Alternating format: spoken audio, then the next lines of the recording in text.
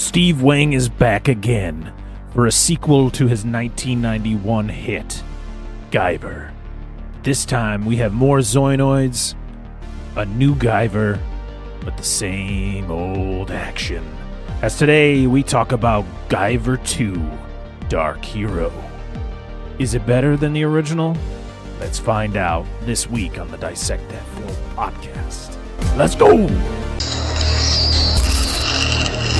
Flip the switches to maximum amplification as Parker, Dan, and Angela prepare for their operation. With trivia and plot points scrawled across their walls, laughter and debate erupts as the movie's drama calls.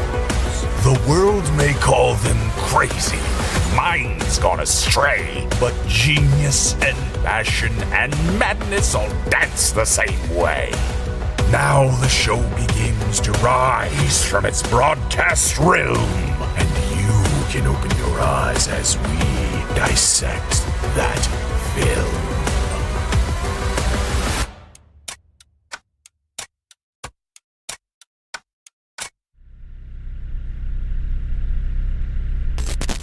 What's going on, everybody? Welcome back to the Dissect That Film Podcast, a podcast that dissects the good, the bad, and the ugly of cinema. I am one of your hosts, Brett Parker. Joining me, as always, is one half of DNA Gaming, Dan. Hey, Dan. How are you doing? So, did Angela find a Guyver pearl and turn into the Guyver and just leave you? What is that called? I can't even remember. I don't The Guy Vice? I think Guyver. it's called the Guyver. I think that's. I think it's just maybe. the Guyver. Yeah. No, she just, probably. It just, bad side effect hangover. You do the first transformation. It's kind of rough the next day. I mean, there's a scene in this movie that'll definitely be like, holy shit, is that how it works every time? But if you didn't recognize the other voice, if you're just listening and not watching, we have the very famous Tony from Hack the Movies back on the show because we couldn't talk about the Guyver without him. He's back. It's been a minute since I've been on, I feel. Was my last Tony, I think your last episode was the Guyver. No. It was Weird Science. It was Weird Science. Oh, that's right. I But the forgot one about before that. that was That's definitely right. the Guyver. We try to at least get Tony on one time a season. Okay, he was here for There you Weird go. Science. Totally forgot about it. I was thinking about that today. I'm like, which one did I do? I'm like, I know I did another, and I just remembered it was Weird Science. Listen, when Tony started off on the show, he started from the very bottom. He was underneath the dumpster, okay? And he crawled his way out with Guyver, then Weird Science, and now he's back. But Because look, I'm so excited because I really wanted to know where the Guyver story was going to go. What is next in this character's journey? And the funny thing about that is I'm really at this moment struggling to remember what happened to Guyver 1. I remember there were a lot of I remember a guy got a suit. There were some monster fights. I think Michael Berryman was in it. Mark Hamill turned into a grasshopper. I remember those things. Was it Mark Hamill who turned into a grasshopper, or was Yes. it what's his Somebody name? The guy from Reanimator. No. Gale. Mark Hamill's the one that got mutated into a grasshopper and was like, ah. Oh, that's right. But David Gale turned into like a giant monster that Yes, he turned into a that giant wheels monster. his way around that thing. Yeah. Yeah. Yeah, that movie that's a movie, man. That's a movie that you're there for the fighting, the suits, and the monsters. Yeah. This one was I remember that. I'm reading here though. The previous one was a little bit funnier and PG-13, and this one goes in the way opposite direction. I was not expecting that. Yeah, I know, right? But for anyone still confused about what the hell we're talking about, today we're talking about the 1994 sequel, Guyver, Dark Hero, aka Guyver 2. It's been a year since I first became the Guyver unit and destroyed the Chronos Corporation and their shape-changing killers, the zoanoids. But the Guyver stays in me, calling me to fight, to kill.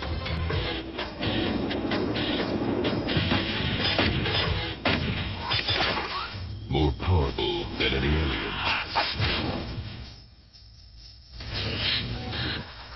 It's calling you, isn't it? Close to me. More unstoppable than any RoboCop.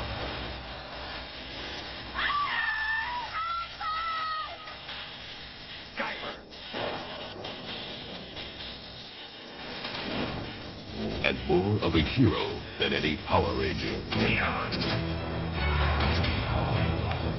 From director Steve Wang of the mighty Morphin Power Rangers, whose special effects credits include Predator and Beetlejuice, comes the Guyver 2 Dark Hero. And don't forget, the original Guyver is now available for $19.95. The Guyver's return on investment is 89%, which is twice the average sci-fi rental return. The Guyver 2 Dark Hero promises a 90-day pay-per-view window and delivers more monsters, more non-stop martial arts action, and more incredible morphing special effects. The Guyver 2 Dark Hero. I know my job. Let her go. Only from New Line Home Video. Yeah. Or in the Philippines, Predator 3. Whoa! Nice. John He did a- Van Damme has to be in this one too, right? Just in the background. He was the one in the suit. They did Yeah. a Night Killer thing. That Italian movie Night Killer was passed off as Texas Chainsaw 3 in Italy. Really?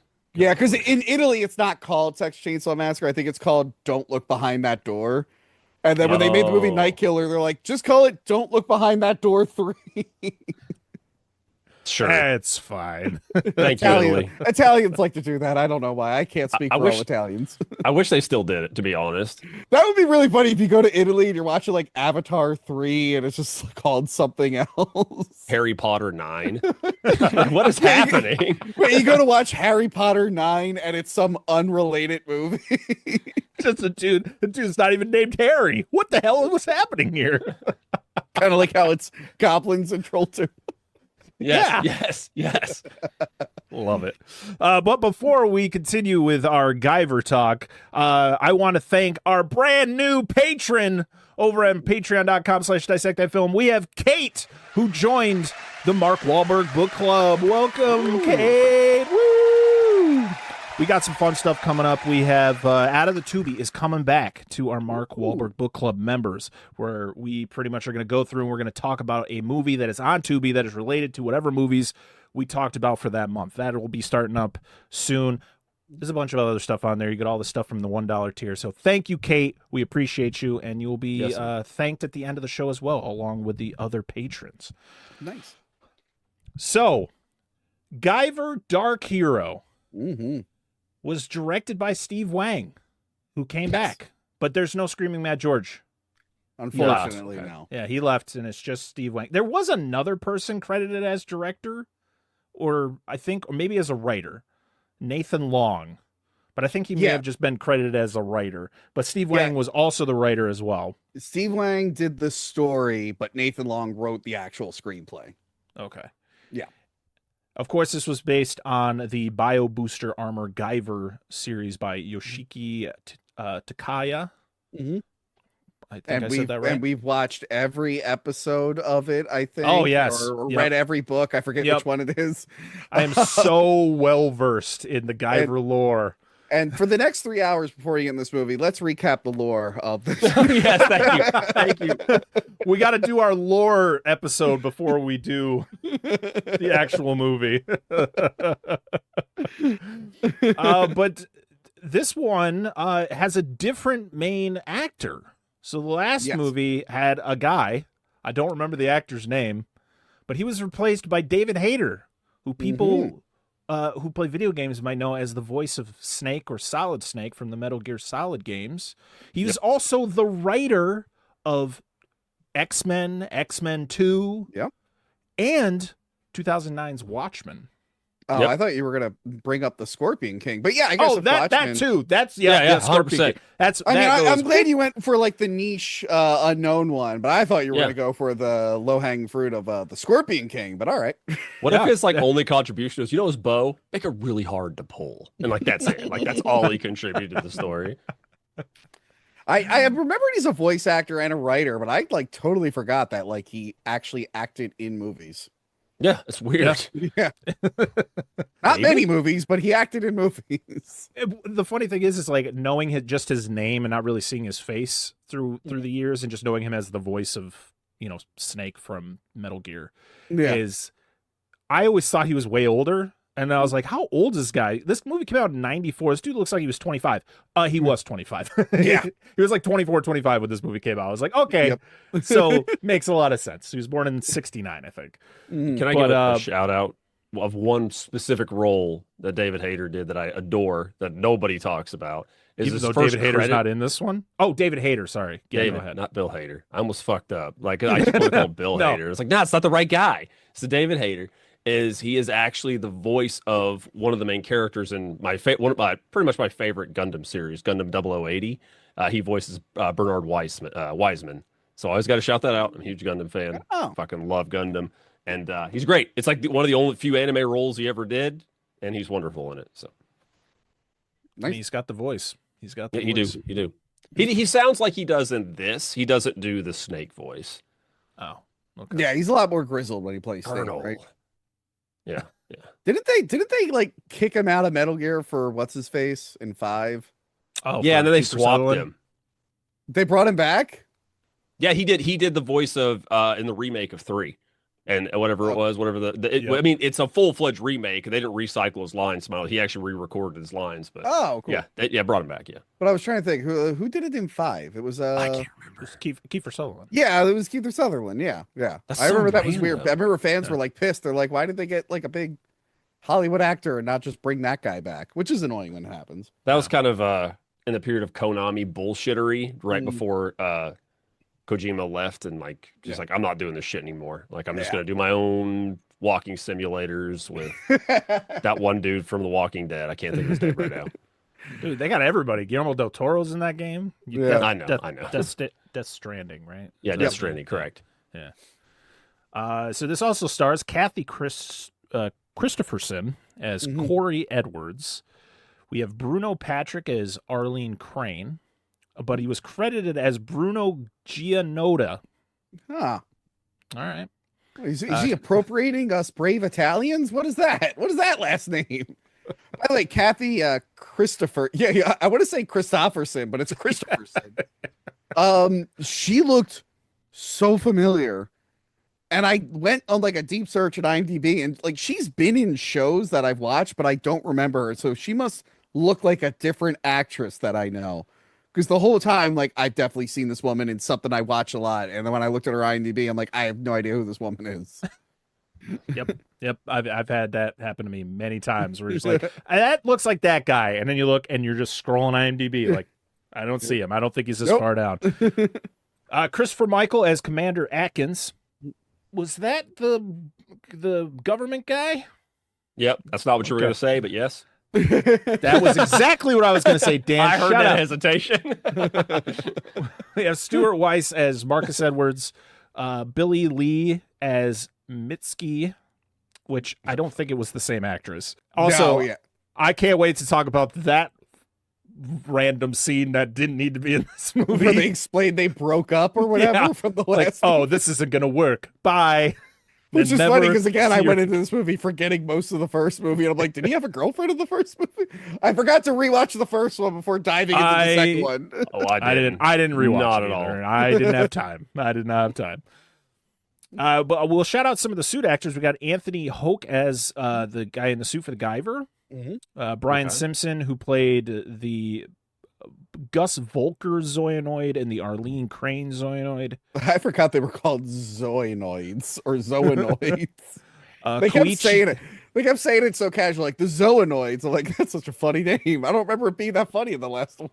And I was just typing it into my notes on my phone, like, this probably sounds right. This looks right. I don't know.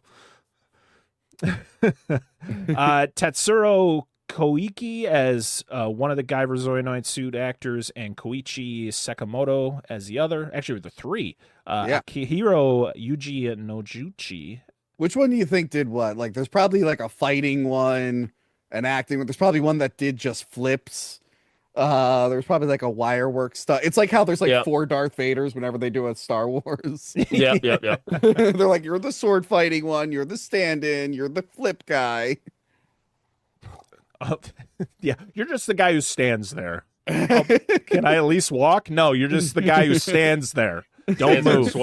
Dude, but you got to do the sway. Yeah. Like you do, and was it fucking Super Inframan? Yeah, yeah.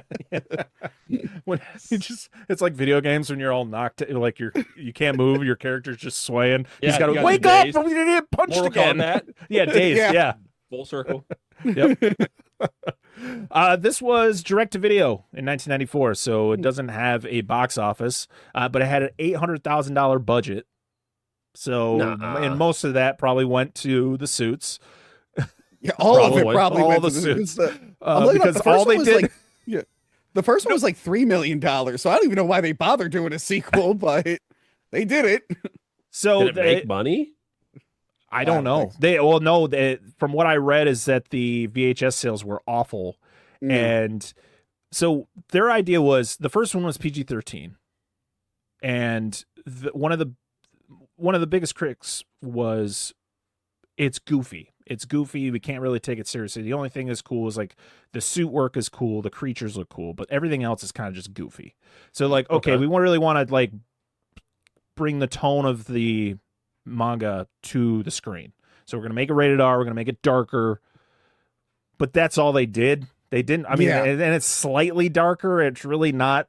Well, that's one of the problems I have with this movie. Like as we go into it, the acting is really bad.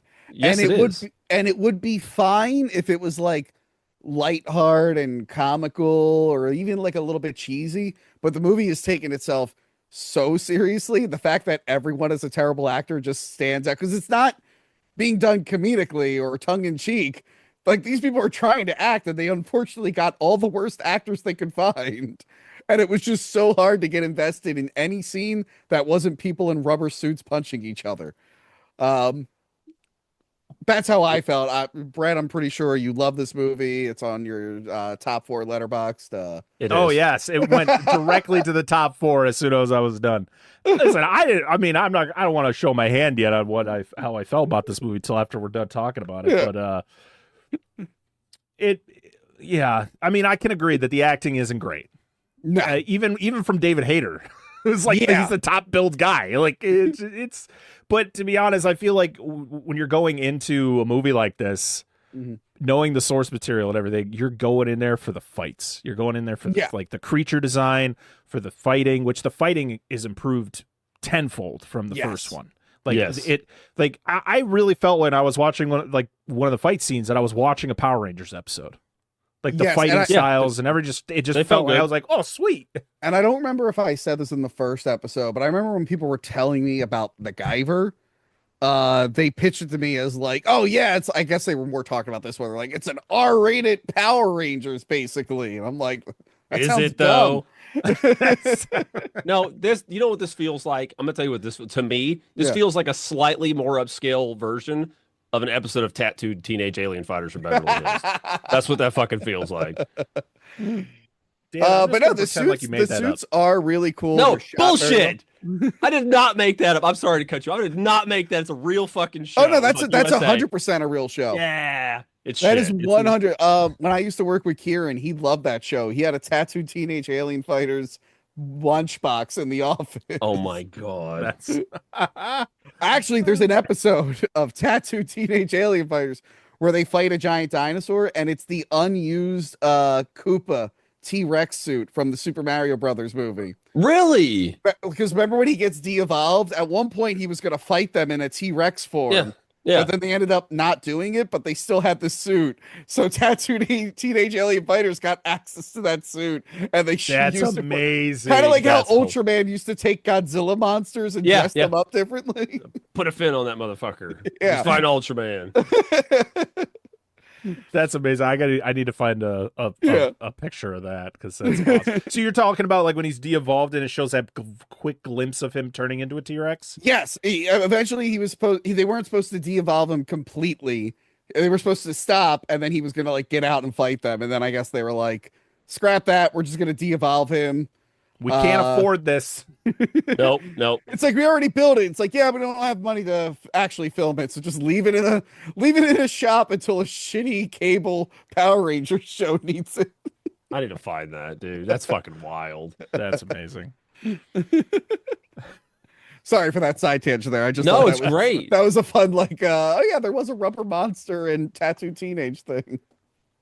But this movie got praised for being better than the first one. People liked David Hayter over. So the original actor was Jack Armstrong. That's who played Sean in the first one. But yeah, they liked the because it was R. It could be more brutal, even though it really didn't feel that I feel like it didn't feel like a rated R movie to me. Mostly when it comes to humans, it's just that security guard, the guys he kills in the very beginning. All when he the other decapitates blood, a guy, yeah, all the other blood is either monsters or like the guy. Like if you just change the Guyver's blood to green and maybe cut out that opening sequence, this could have been PG-13 kind of easily. I think. Yeah. I would agree. No, I don't know. Yeah, I wish they would have just went like the hyper violent, like 80s, 90s anime OVA just do that. Mm-hmm. Just do like Wicked City, but that's basically pornography. But you know what I mean, like without the pornography. It was weird that they didn't like really know what to land. It's weird that they went rated R at all. Yeah, I guess because like the first one didn't do super hot, but you think PG-13 more kids would rent it, and they're like, nope, let's go in the opposite direction. I'm like, I feel like that was a bad idea. Keep cranking the dial. Bad idea. What's a bad idea?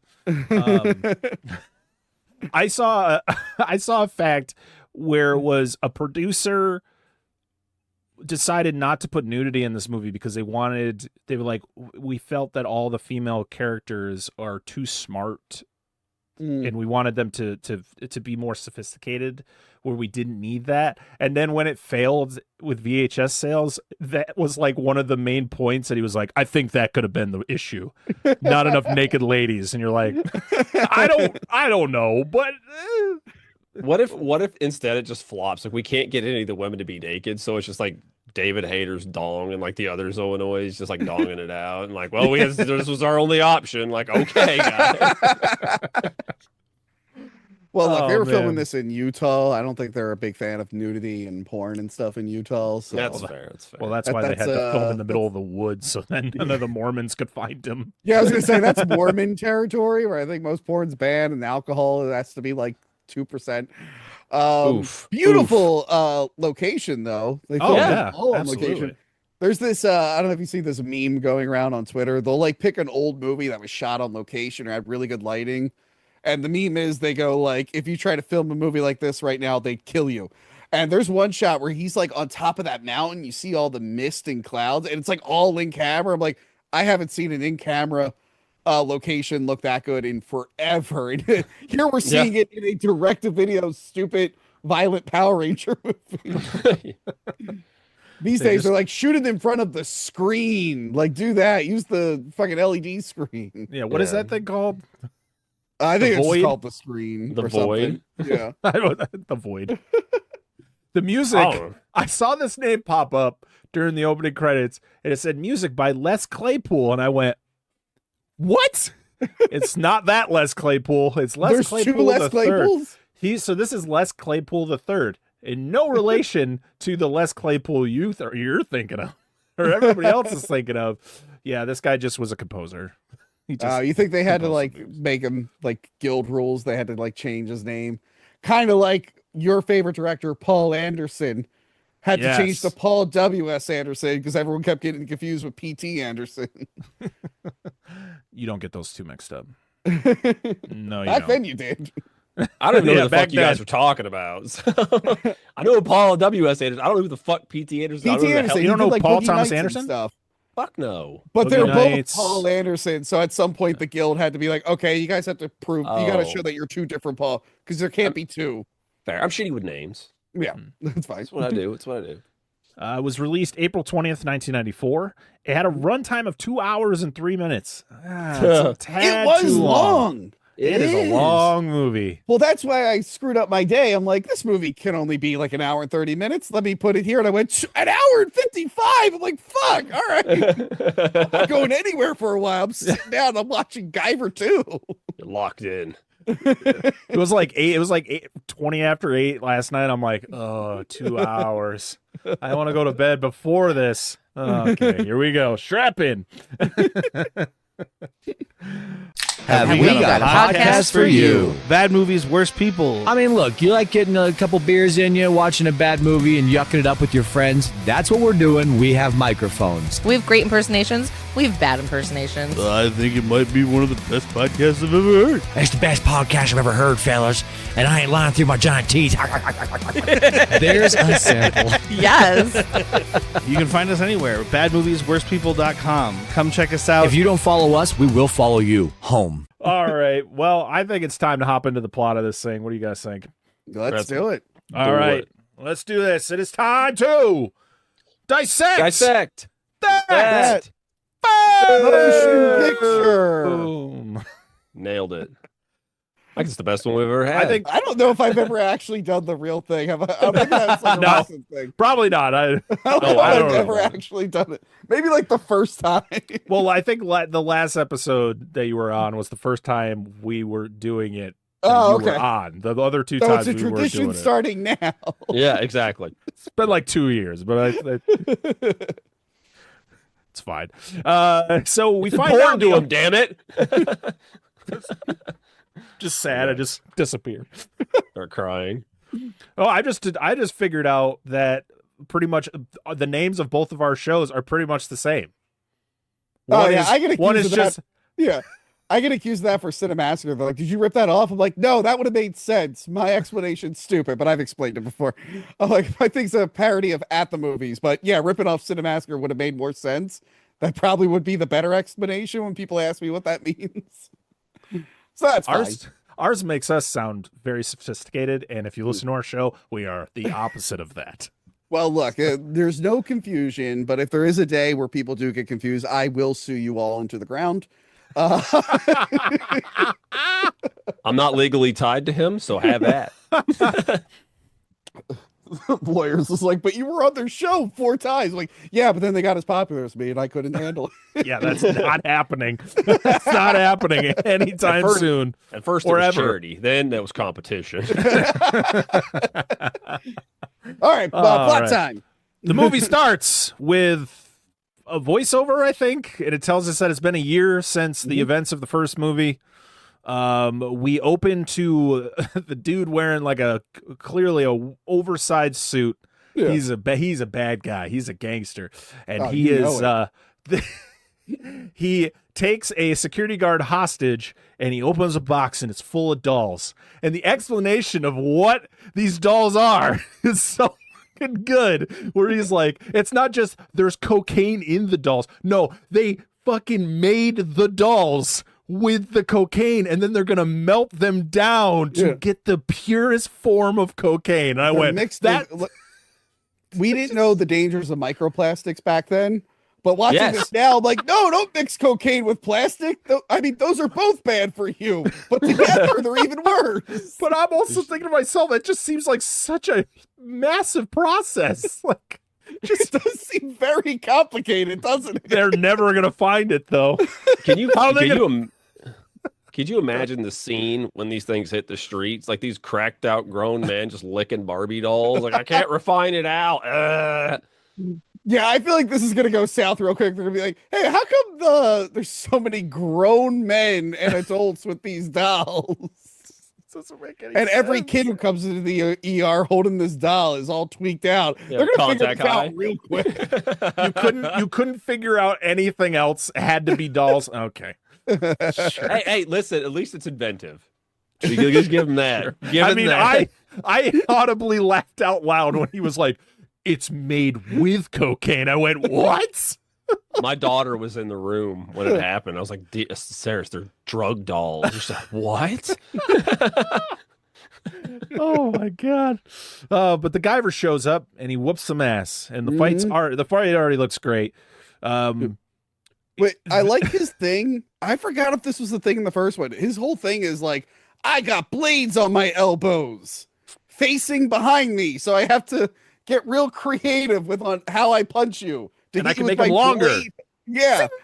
I can make them longer. I'm like, why don't you make them like shoot out the front of your arm? Wouldn't that be easier? It's like, nope, they got to face behind me, so I got to do cool uppercuts and shit. Yes, it keeps me legally distinct from another person that may shoot blades. Yeah. Hey, you know what though? It's funny though. I just realized you were talking about this. Didn't dawn on me. Gamera does the same thing in the '90s trilogy. He does? Yeah, yeah. In like, I think it's Legion or Iris. He like, or no, it's Gauss. It's when he's fighting Gauss, like the little spine in his elbow, or like right here, his form like comes out. It's like Guyver. I just love how oversized it was, and they had to keep like getting creative with the choreography to have an excuse for him to hit them with it. I thought it was so ridiculous. But the moment with the bad guy, like the security guard's trying to get away and he gets away and the bad guy has to shoot his entire clip into the security guard. Like 1 or 2 shots, the guy's going down. You used every bullet you had on this one dude who clearly didn't have a weapon on him. He might have gotten 5 feet. Which, by the way, sorry to skip ahead just a little bit, but in the next scene, they go, that security guard's in critical condition. I went, what? How? And then the next scene, the girl goes, that security guard died. I'm like, what was the point of making me think he lived only to kill him off? Like, he was so clearly dead. Don't give me hope. Talking about? I literally was like, oh my God, are we going to find? I actually got invested when they said he's in critical condition. I'm like, is the Guyver like going to go to the hospital and heal him? Like, what's going to happen? And they're like, oh, yeah, he died. I'm like, why did you give me a hope there? I was hoping this guy was going to show up later in the movie, but like he found another Guyver. He's like Guyver the second, and like he's like the Robin, or like the guy when he finds the second device, like I know who to give this to. Instead, they're like, that guy fucking died. He walks into the cave, he like mist, and she just walks in. You're just like, oh, it's that guy. That's it. I think we're supposed to be more excited about this. Which, by the way, he is wearing like a real security costume. Everyone else in the movie will be wearing like nightclub security costumes, which are just black shirts and hats that say security on them. Oh, yeah. The drop in quality from security costumes between scenes was ridiculous. It's the only one we could afford, and the guy took it before he told me he couldn't have it. Oh. But yeah, this is where we see the blades from the Guyver, and they extend out, and he signs his work after he kills the bad guy. Wait, with lasers? Yeah. The Guyver suit kind of sucks. What does he just has knife elbows, and I guess he's bulletproof. Yes. But then you find out he has lasers. Like, couldn't he have just laser shot all of them in the head, like, instantly? Why did he... Maybe it's like a fighting game. He has to build up a power meter. Like, I guess. I don't know. Also, the bad guy going, no, don't kill me. Arrest me instead. I'm like, I don't think that's a cop, buddy. No, I don't know why you think that's a cop. Looks like a big bug. But we get he signed Guyver on the side of this, like, on the wall, and then it turns into the title card, which I thought was so cool. I can't help but think of Simpsons. I don't know how big of a Simpsons fan you are, Tony. Barto? No, there you go. No, it's the episode where Sideshow Bob marries, I can't remember if it's Patty or Selma, and tries to blow her up with the gas in the fireplace on their honeymoon. It's like, tonight on MacGyver. So every time I see Guyver, I'm like, it's the Guyver. So we're with Sean as he's at his home. He's sweating. It's a little, in his little apartment, and his neck titties are pulsating. He's just like not rub having a them good to get time. him off. No, dude, they looked like a couple of titties on his neck. All right, Yeah, that's Angela what they said. are. Should we be watching this? Like, I don't know. Should we? But he turns on the TV to kind of get himself distracted. I think he's writing something. He's got a typewriter there. But then he has like a nightmare where he transforms into the Guyver, but it's like super horrifying. It's like nerves and all this stuff. And I think that's supposed to be like a flashback to the first movie, but they like obviously reshot it to make it more horrifying for this movie. It was pretty gnarly. Like, I was like, I remember that transformation in the first one. This one looked freaking rough. Yeah. And then he wakes up from this nightmare and that same movie is playing. And I'm like, how long has he been sleeping for? And is this one of those moments where the movie's just looping because it's like the middle of the night? Some channels did that. Mm-hmm. Yes, they did. So he's watching the news and he hears about a werewolf attack in Utah. Mm-hmm. And the drawing that the guy shows on the TV, I was like, that looks like a child drew it. Mm-hmm. But then, of course, Sean looks down and goes, "Man, that looks exactly like the drawing I was drawing." Like, wow, look at that picture of a wolf. I think that's a wolf. He's like, that's not a wolf. That's a zoanoid. It's a zoanoid. Copyright. Trademark. But then we get, I love the ending right before he turns it off where he's like, Elvis sightings? Oh, yeah. We'll be back. There's more Elvis sightings. That was like a big thing in the 90s was Elvis sightings. Yep. What was the show? It was like Secret Expose or something. Oh, yeah, it was something like that. I just remember it was in Men in Black when Kay is picking up all the tabloids. And one of them was like, Elvis, is something about Elvis. And so we then get a scene where Sean and Mitzi meet up. And it's literally just a scene of her going, "You're still doing it, aren't you?" And he's like, "I can't help it. I don't know how to turn it off. But I got to do something good with it." And she's like, "Well, we can't be together then." And he's like, "Okay." And then they leave and we never see her again. I don't know why they didn't just do like the James Bond thing where you just don't mention the previous girl. Or like a line of dialogue where it's just like when they're talking about like later on when he's bonding with the other girl, you could have been like, "I was in a relationship, but my life got too complicated." Instead, they're like, "No, we're just going to show you the breakup, but it's two different actors, so it's not going to really hit as hard as it would normally." It really was like, "Oh yeah, I forgot about that character. Oh, she's gone. Oh, we're never seeing her again. Okay, cool." Yeah, it's very soap opera. It's just really like, okay, we can skip. So he's got to go to Utah because he's got to investigate these werewolf attacks. Yeah, and he's driving through. I swear to God, we saw this exact same route in Duel. Yep. I swear that's the same tunnel that the freaking truck sits at the end, and the dude's like, "Fuck." It's been a minute since I've seen Duel. Probably not since I did it on the old show. Yeah, it's such Duel's a good great. movie. Oh my God, yeah, Duel's so great. Good. He stops at a corner store, and the dude inside is such a dick. He's just like asking a simple question. The dude's just like, "You gonna buy something?" He's like, "Sure. Can you answer this? I'm just looking for the archaeological site." "I don't know nothing about that." And then the guy behind him's like, "I'll pay for my thing too." He's like reaching over him. I was like, "Wait your fucking turn, dude. Come on."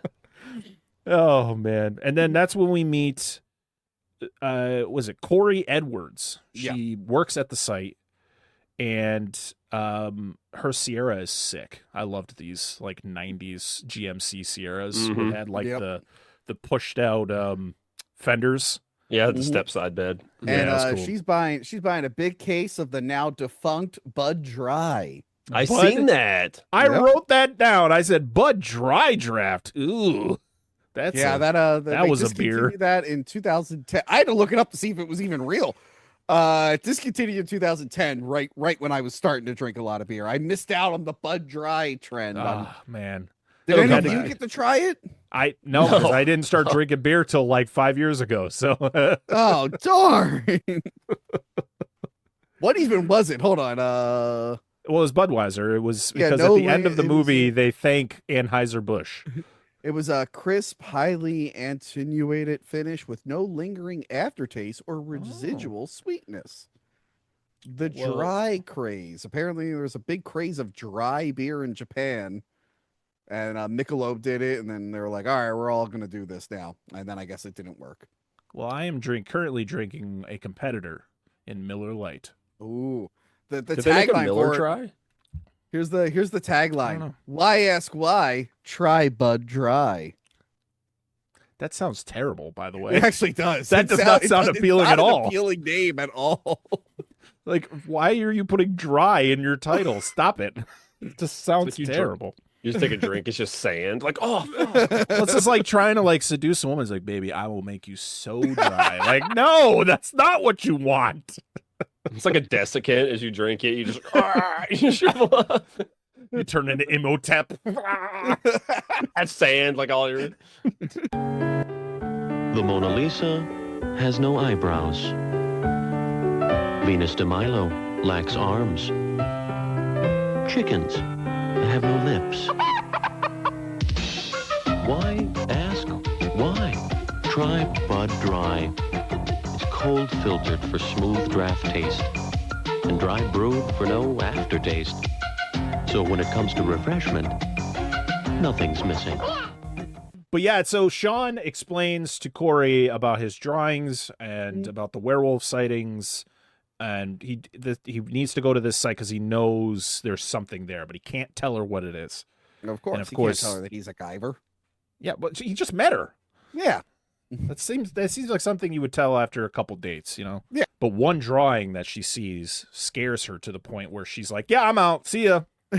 But she drives away, and of course we get the whole like, oop, she backs up and she's like, get in. Yeah.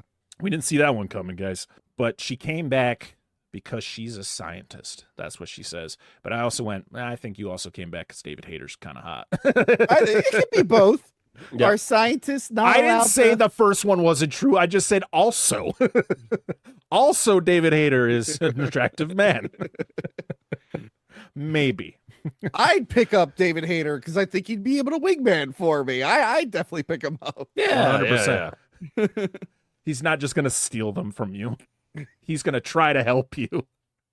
He's going to help me hook up with her less hot friends. You know, I'm thinking realistically here. There was a lot of cuties on that archaeological team. Okay, There really were. It wasn't just her. It was all. I think David Hayter. What I read is David Hayter actually met his wife on this movie. Ah. Really? She plays one of the people in one of the scientists. Well, she's good not like job, whoever did the casting, only hiring beautiful women to play people in an archaeological dig site and not making them get naked. Yeah, bravo. But this is where I have my note. Bud Dry Draft. Interesting. But they go exploring the cave, which is where they've been working, and there's a lot of security. And I'm going, why is there so much security? And then David Hayter goes, why is there so much security? I went, this movie's listening to me. And she mentioned the fact that, I was trying to, wait, what did she say? Why did she say there was security? Because people were like breaking into the cave or something like people that? like nosing about or something. Yeah. Yeah. And also it's being funded by a company that may or may not be the evil company from the first one. Oh, no. It's what, Tempest Corporation? We don't find that. That's their cover name. Yeah, but they're actually it's Chronos. It's Chronos, Chronos, Utah. Because apparently the first one was Chronos, Los Angeles. That's what they refer to it as. Of all places, are like, where should we go next? Utah. Perfect. Yeah. Don't How never intimidating suspect was a it? thing. I work for Chronos, Utah. Am I supposed to take you serious? Am I supposed to? I don't know. But they find a weird painting of the Teletubbies, and I was like, Teletubbies? But no, it was actually cave. It was cave drawings of other Guyvers. Mm-hmm. I was like, oh, there's gonna be more Guyvers in this movie. Cool. But we don't get anything else from that for a while. But then we meet Corey's dad. He's the head of this dig, and he's just a grizzled, bearded guy. He's Alan Grant. It's fine. He's an older Alan Grant. Yeah, he is, 100%. He's book Alan Grant, is what you're saying. He's the Alan Grant from the book. The more creepy Alan Grant from the book. Yeah. And then you meet the guys who will become the bad guys. Because as soon as I saw these two dudes, I was like, those are the bad guys. Yeah, there's no way you're going to tell me they're not. That guy's hairline was receding too much, and he had too much of a grumpy face. And I'm like, you're the bad guy. I watched a lot of movies in the 90s. I'm getting to my bad guy face. My hairline's going back. If you were walking around in a suit looking like this, I'd be like, oh, you're the bad guy, 100%. You're the bad guy. That's what I'm going to try to put myself out there. I will be your bad guy. My hairline will tell you everything you need to know. Oh, Lord. So we meet a guy named Bob, and he shows Sean another cave, or no, he shows him a skull right on the ground.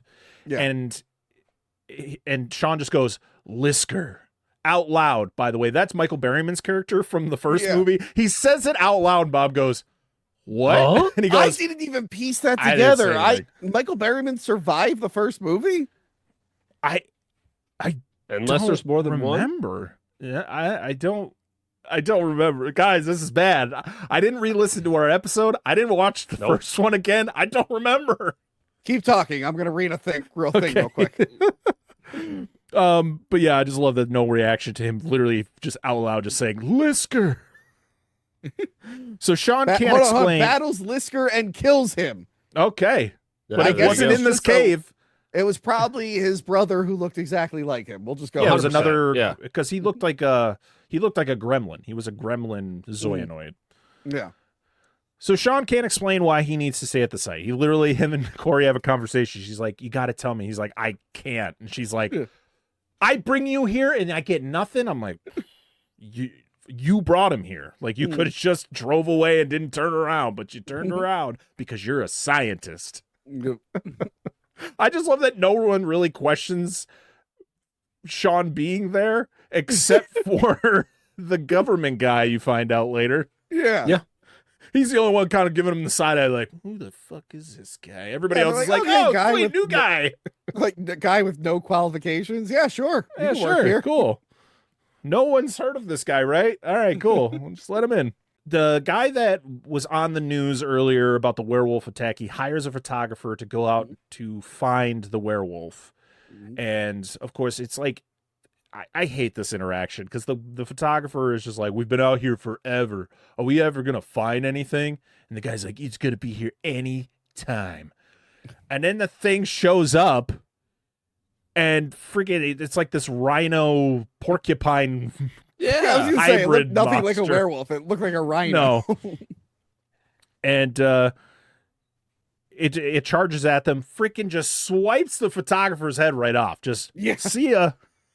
And these monster, the Guyver suit and this monster we're seeing here are at night and they're very scary. So it actually we know they're men in suits, but they actually look monstrous. Unlike later in the film where you're like, that's just a guy in a frog suit.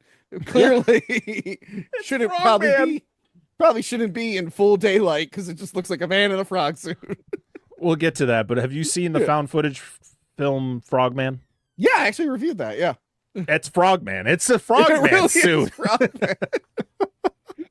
What's the first iteration of it? But yeah, so we get a fight between the zoanoid and the Guyver. We get the part where the freaking zoanoid rips a tree down and tries to like beat him up with it. It's so good, but it goes on for a really long time. Yeah. But it's really well choreographed, so it's actually pretty good. I love we get like the introduction to the kick, the Guyver kick that he has. It's not it's not the bicycle kick like the Mortal Kombat bicycle kick. It's the Tommy kick from the Power Rangers movie. Yes, there it is. Pretty much the same exact kick. I was like, I know that kick very well. But after everything's done, like the zoanoid leaves, runs away, and freaking Sean transforms back into his human form right in front of the hunter. He doesn't even hide. No, nothing. He walks in front of the tree that the dude is literally like, I saw everything. There's like a tree in the foreground, and he walks and like behind the tree, and then he's normal. He's like Guyver, normal. Because, well, I mean, he reacts to it too, and everybody shows up, and they're like, and he's like, "Yo, get away from me! That guy's scary." And they're like, "What the hell are you talking?" And then nothing comes from it. By the way, other than the guy in the bag going, suspicious. And this is when he picks up the little sample, right? Yes, he picks up the piece and sticks it in his pocket. That's all good. Not even like an evidence bag or anything. I'm just gonna put it in my little pocket. Yeah, you could hear the as he sticks it in there, like, ooh, gross. You might want to clean that jacket later. He drops it. Don't worry, I can preserve it. Drops it in there with a can of Bud Light or Bud Dry or whatever. Preserved. Also, we got to talk about the fact that Sean is the worst at hiding. So he follows this guy because he sees him pick up that piece. So he follows him, and then he overhears him talking on the phone with someone else. And then he's just like, I know you're there. What did you hear? And he's like, nothing. Wait. Bro, I better. I'm glad you mentioned he's bad at hiding. In the first scene where he kills the gang, he's still in the Guyver suit, which is all dark and blending with the background. And then the cops show up. He's like, let me switch to my bright white tank top, my bright white beater shirt. Just walks out into the open too. You're like, I'm just like, you're less disguised. That's like Spider-Man taking off his suit in front of the cops and be like, hey guys, it's me, Peter Parker. And you're like, Holy shit, Peter Parker's Spider-Man. So someone tells the bigwig, every time a call is put through to like the head bad guy, it's always very choppy, so you can't actually see it. Like, I know David Gale's dead in this, but I feel like they just got a guy who looked like David Gale. They definitely wanted you to think it was a David Gale type. That was definitely what they were going for. But he is told that there's a Guyver at the camp, and he's like, well, we gotta get him. So Sean has another nightmare. He pretty much has a nightmare of something breaking out of the wall of the cave. So at this time, Corey and Bob are inside the cave, and they see a crack down the wall, like a massive crack. That wasn't there before. No. Listen, if you see a small crack, you don't even notice it, right? Yeah. That wasn't there before. No shit, it wasn't there before. It's literally the whole wall. And it's purple. Like, there's like purple light coming out of it.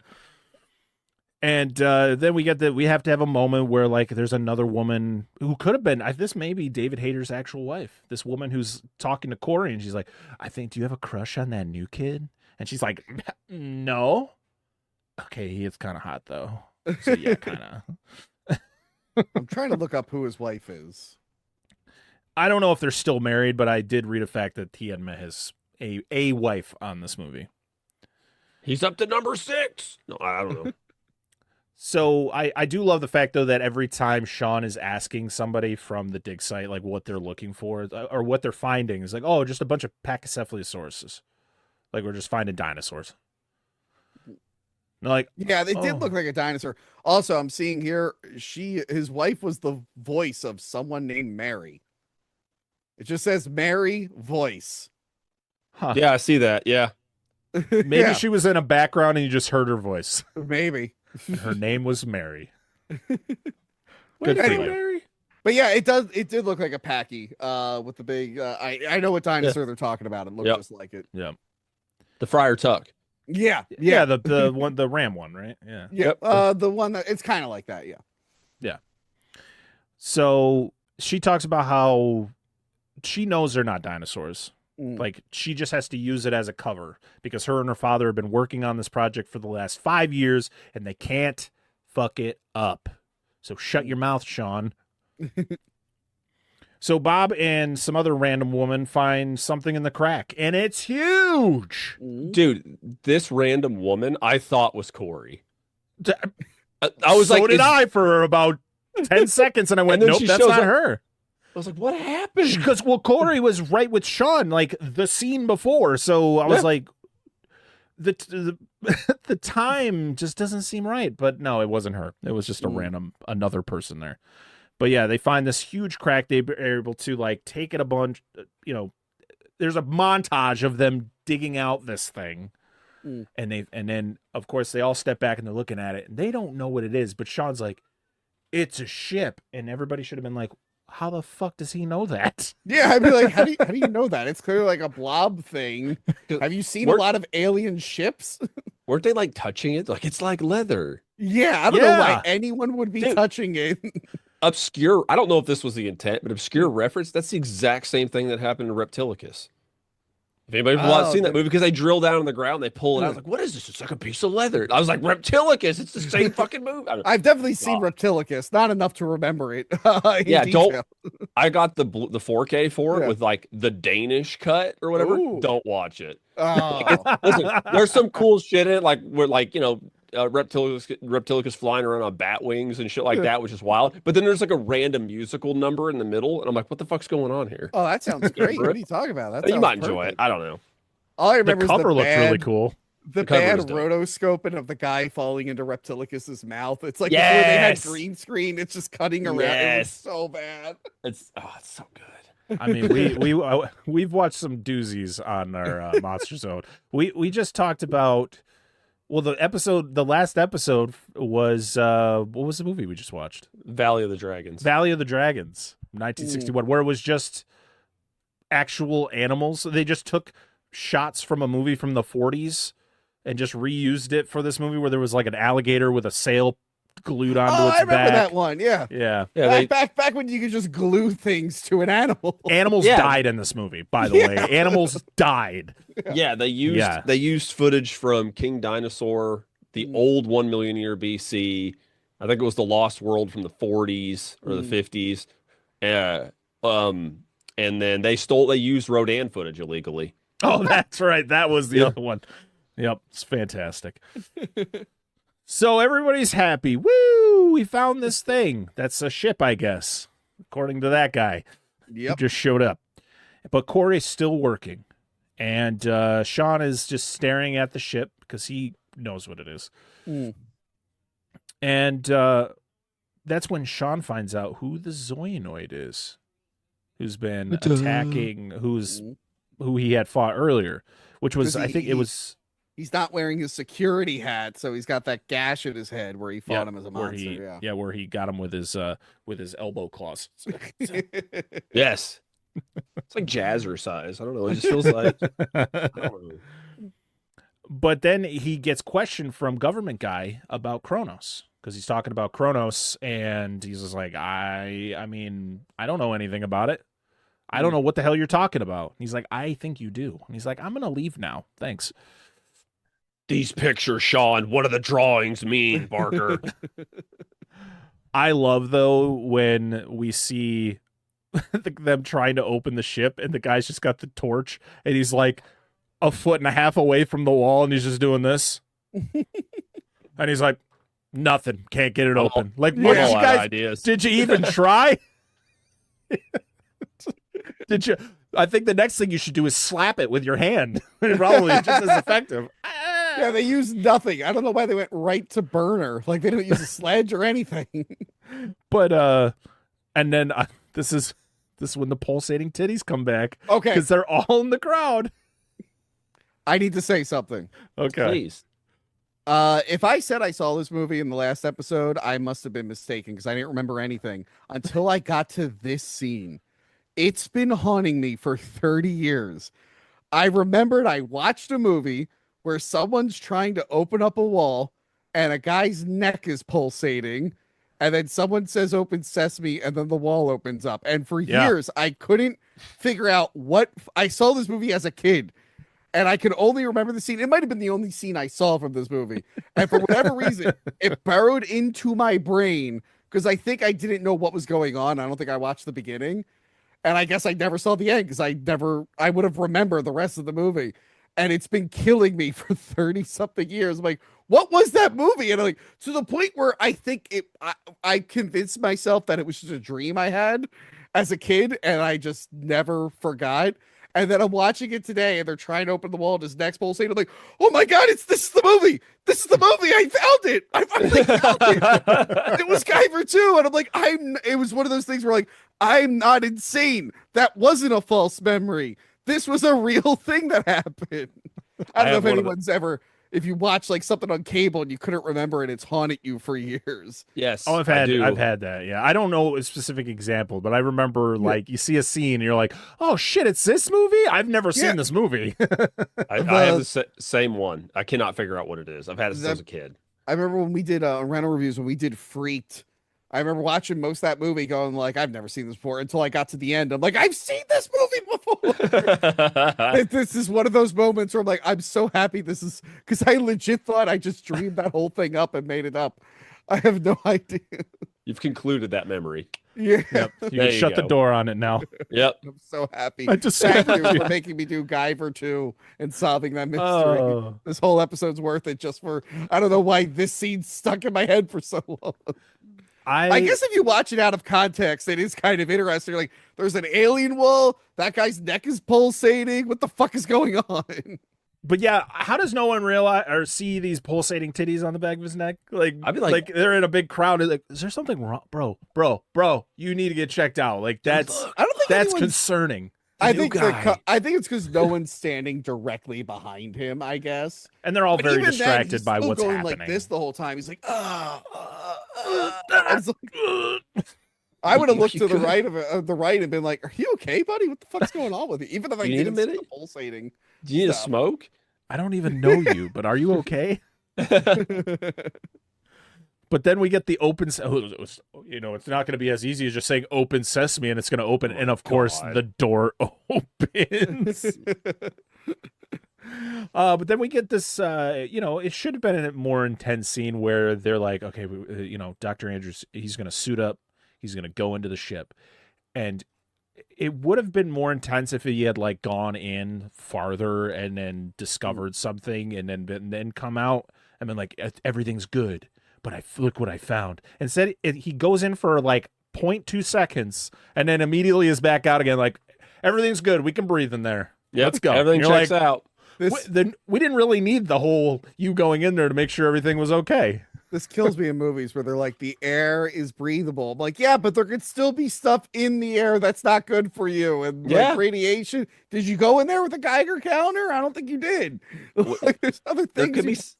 There could be substances that our equipment wouldn't detect that is killing us right now. Did you watch Prometheus from 2012? Yes. Yes, it's annoying because in Alien, they wore suits because of this. Yes. It's fine, everyone. Oh, God. So, the other big thing was making sure there was no radiation. That was the other. It was not just breathable air. But... So they did have a Geiger counter? I didn't see that. I didn't see one. I didn't hear one. Take my word for it. No radiation. Yeah, we're good, guys. How do you know? I feel fine. I took my helmet off. I sat there. I took a deep breath. I'm fine. The next day, it's just like, looks 30 years older. He's like, this is unrelated. I just have the flu. Like, no, you're dying. But Dr. Andrews is a man of science, just like his daughter. Well, she's not a man, but they're people of science. Yes. Are they people? We'll find out. Maybe. There's something of science. Oh, man. But because he's very protective of his group, where the two other guys who work for the company are not. So they're like trying to sacrifice people. And he's like, no, my people are out of here. We're done. And the guy's like throwing a temper tantrum because he's not getting what he wants. This bad guy throws multiple temper tantrums in this movie. Mr. Crane. He does. So aliens, man, I don't know what it is, but when you watch a movie, a sci-fi movie where there's aliens involved, why do all the interiors of these ships have to look almost the same? Like, it's like just metallic things shining everywhere and just like everything looks gooey. I kind of miss that. Because now in the inside of most alien ships, they all kind of look the same. It is like either gray steel, like was it like the Predator from 2018 and Power Rangers and Man of Steel all had basically the same looking ships. So I kind of miss the slimy, gooey look. It's something different. I mean, it fits. This one fits well with what you find out it is. Like it's a ship with the Guyver, where the Guyvers are from, and so everything feels like the inside of a Guyver suit.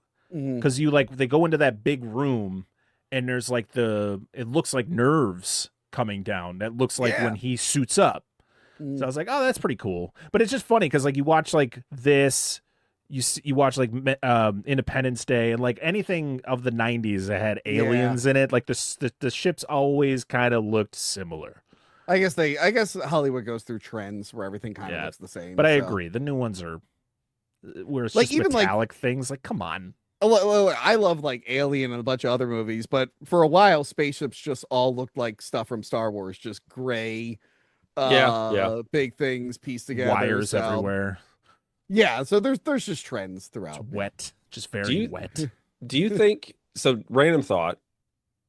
Do you think being inside the Guyver is like being inside of a giant Ona hole? Pocket giant pussy. What? Ona hole, a pocket pussy. Like just being that's what the Japanese think of. Just like it's like your mushy things are like wiggling. I was unfamiliar with that term. My apologies. My apologies. I've used it before, didn't realize. I'm sorry. Oh no, I've used several. I just didn't know they were called that. Okay, yes. The Japanese one specifically. Oh, okay. Yeah. You think that's what it's like? It's just like everything's gushy and oddly lubricated. Probably. I think I would have a good time in a Guyver if that's the case. Yeah, there you go. I don't know, man. But again, another one of my favorite things about going into a place you do not know is let's touch everything. Yep. Just touch it all. She just can't not touch. She can't. Stop tickling the orifice. But there's the one room that literally looks like it's the inside of a brain. Mm-hmm. Yes. It's really cool design. And I love they're like, how are we gonna get up there? It's like, I don't know. Like, why are you thinking, like, take a look around first? Is that even somewhere you want to go? You don't know what's up there. Yeah, usually when you're exploring new places, you explore the lower parts where you're at. And then once you're done, then you try to figure out how to get to the higher ground. Remember, I'm on the high ground. Yes. Don't try it, Anakin. Sean tries to talk to the ship because he knows what the ship is, and the ship's not talking back. And he's like, come on, you chose me to do this. Yeah. You called me to be here. You're sending me signals and shit. What the fuck? Guyver, you were the chosen one. Yeah, so I'm here. I'm ready to talk, and you're not talking. What the hell? But he just wants his life back. But of course, that's just not going to happen. And of course, Corey finds something. She has to touch it. It turns something on. It opened it, and this is where she finds the other Guyver. Yeah. She doesn't know that's what it is, but we know what it is because we see that pearl that's sitting on top, which is automatic telltale there. So when Sean is talking to the ship, trying to get an answer out of it, there's a woman who's just chilling on the bottom of this room, just there listening to everything he's saying. You later find out she works for the bad guy. Yeah, she's a zoanoid. Yes. Yep. So the security guy takes the thing that Corey found. So Crane and his goons. And of course, she's really, really pissed off. She's just like she is more concerned about this one thing than she is about anything else. She's just like, and again, it's not like a legitimate, like she's just upset and pissed. Like this just seems wrong. She's throwing a temper tantrum. She's throwing a toddler temper tantrum where she's stomping her feet. She's going to Daddy. Daddy took my toy. But I want it now. Like, I found it. Finders keepers. So Sean tells Corey about Chronos and that he's being listened to because he's really bad at just hiding. He's really bad at hiding and being, discreet and everything. He's the every worst time he at talks it. every time he talks to somebody, everyone's like, "Did you hear that? We know everything about you, Corey." Like everyone in the group. There's no secrets. How did you find out my secret? You couldn't shut up about it. But this is when you find out that the thing she found was another Guyver unit, which that's what they call it. They call it the Guyver unit. That's it. Yeah. So he tells her about the zoanoids, and of course, whoo, shocker, she doesn't believe him. No way. Shocking. So Corey then overhears an order from Crane to execute all non-Chronos employees, which pretty much means everyone who's a part of the archaeological dig. Literally everyone, except for the security. That is why. I guess because they saw too much. Yeah. And of course, she gets caught, and Dr. Edwards is being kind of suspicious because you're going to find out something about him real soon. So Crane confronts Sean, and you find out that Crane is a zoanoid, and he is very similar to Lisker. He's like a very much a gremlin-ish He's like looking. a king cobra with like just the bottom predator mandibles. Yeah. By the way, much better actor when he's in monster form. I like the monster 100%. form of this guy. Yeah. He has more personality and facial expressions than the human actor. When I'm in the booth, I could put out more emotion. Yeah, maybe he's got like performance anxiety around people. He's like, I'm better by myself. Well, that's the thing. Like when he's in human form, he just whines the whole time. He's like, you can't do this. You can't do it. I'm paying for this. Don't make me call the company. When he's in alien form, he's just laughing. He's having a laugh constantly. He's like, having a good time. Hold on. True facts. That's accurate. But then there's another one that kind of looks like the creature from the Black Lagoon. Or maybe that was the crane one that kind of had that resemblance to it. It's like, it's got like Predator, creature from the Black Lagoon, snake thing going on, like Cobra thing. But Sean ended up getting knocked out. So Corey is being taken somewhere, and a zoanoid attacks, and it looks like a buff shrimp. Yes. It literally just looks like a giant shrimp. Yeah, it actually looks like one of the prawns from District 9. Yeah, it kind of does. Yeah. I just think of what's the guy's name from Futurama? Zoidberg? Oh, Zoidberg. Zoidberg. Is Zoidberg a zoanoid? Why not? A Zoidberg, a zoanoid? This is a witch hunt. Why not Zoidberg? But the funny thing is, it looks like a shrimp, but it sounds like an elephant. You just hear an elephant trumpeting the whole time, and it's running around because it's got these arms like this. So it's like, I don't like this one. But you find out that this is Dr. Andrews because they can talk in their normal human voice. Yeah, which is always so funny. Did I miss something? Is the girl also a zoanoid? Did she know her dad was this? Did I miss a detail? I don't think so. I don't believe she did until like she said. Well, one of the guys says whatever her dad's name is. I can't fucking remember. But yeah, he says this name. It's like, rah, rah, rah. She's like, Dad? So, was that her biological dad? I mean, does it pass down? I don't know. I don't know. I don't know. Maybe it skips a generation. Maybe he just married a lady who had a kid, and he was the dad who stepped up, obviously. Oh, zoanoid who stepped up, obviously. Yes. But I was a little confused for a second. I'm like, wait, was she also keeping this secret, and she's shocked that he's revealing it, or does she just not know? And I guess she just didn't know. But also, when he reveals himself, when he comes out of just nowhere as the prawn zoanoid, he seems like he didn't want to turn. Yeah. Did they is there some sort of thing that turned everyone into a zoanoid? And he was just like, shit. Well, I think we see it later on in the flashback, the origin of the zoanoids and whatnot.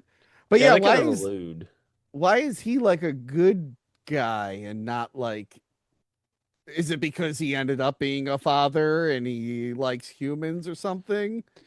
Maybe he's a human sympathizer. Yeah, that's what I'm starting to think. Because he clearly works with them. They're the bad guys, but... Well, they refer to him as a company man, so, clearly he was... I don't know how this process works. Like you said, when they show it later, they don't tell you. It's all visual. Yeah, but he's clearly trying to defect because of his association with the humans. The humans. Yes. But we see a model truck get blown up, which is pretty funny. It does. Mm-hmm. That's pretty good. There's a bug zoanoid that shows up, and then the rhino one from before, and they just start slapping the shit out of Dr. Edwards. And then Corey is chased by the bug. Mm-hmm. So Sean is sedated. He's just chilling somewhere. And the government guy from before, who's been suspicious of him the whole time, finds him and saves him. And then Sean punches him in the face. As you do. Of course. This is how the Guyveroids say hello. They just punch each other in the face. But he's got to hop in that sweet Sierra and get her back. So this is when he goes to the top of the mountain. Which, again, great looking shot. It's a great shot. Yeah. But the fact that he just stands there and just goes, Corey! And she's just like, Sean! Oh, it's fantastic. But he jumps off the cliff and turns into the Guyver midair. That CGI of him jumping off the cliff, and he just goes, Guyver! And then it's just CGI morph effect. Well, what was those tentacle things that seemed like they were coming out of him when he's flying down? Yeah. It was it's the tentacles shoot the armor out and then go around him. And then he lands, and it's a suit actor. Mm-hmm. And then he runs off camera. The camera pans down to show that he burnt the ground, I guess. And then it whips over, and there's clearly not quite a Texas switch, but there's clearly a different stuntman who's further away to make it look like he ran real quick. I thought, oh yeah, going from a really, really bad CGI effect to like a clever in-camera trick I thought was neat. There is some really good editing done in this movie, especially when it comes to the fact that there is a lot of practical suit work being done. We get CG, but it's very limited. Like we get the transformation off the cliff.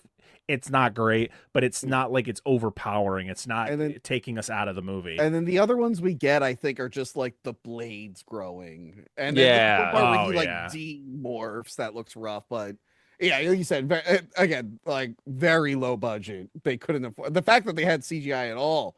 Was yeah, especially in '94. Yeah, like.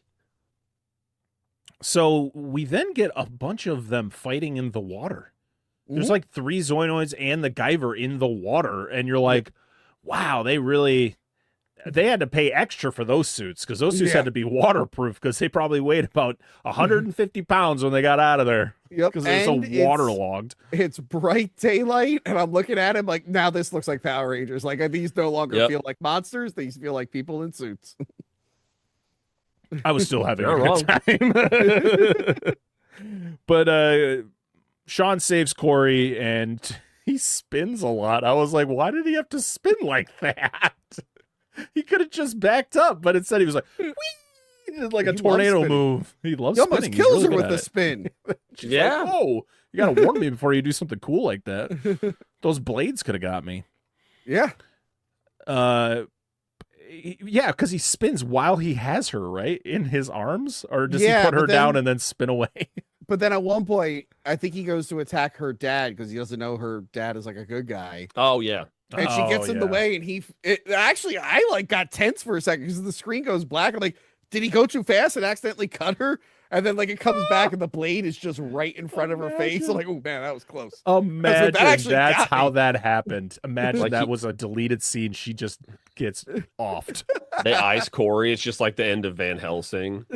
Hugh Jackman, what have you done? But we get this weird game of Marco Polo where the Guyver is just diving under the water, popping up. Then he would just dive into the water and then pop up in a different spot. Then he decapitates the bug zoanoid, which was really good. Yeah. And he annihilates the rhino one. Just bad, utterly destroys this thing to the point it's just bleeding from every orifice of its body. It's pretty sweet. And then Corey actually sees him transform back into Sean. So she's like, "Oh my God, it was you the whole time." Yeah, I told you.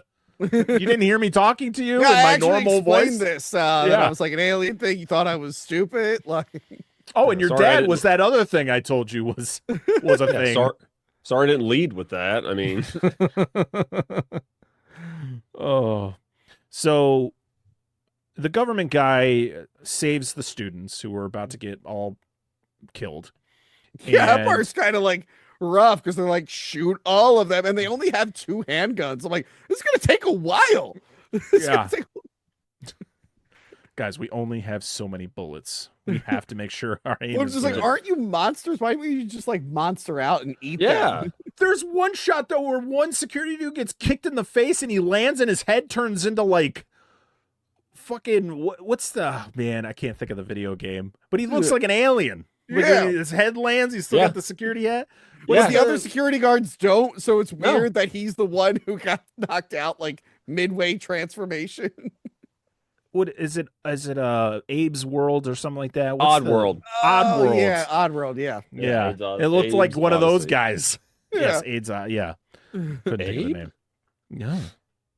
They just hired him. They just hired those guys. Like, listen, just come on. We'll give you a few bucks. We'll get you out of prison for a little bit just to act as security guards. Okay. Yeah. Yep.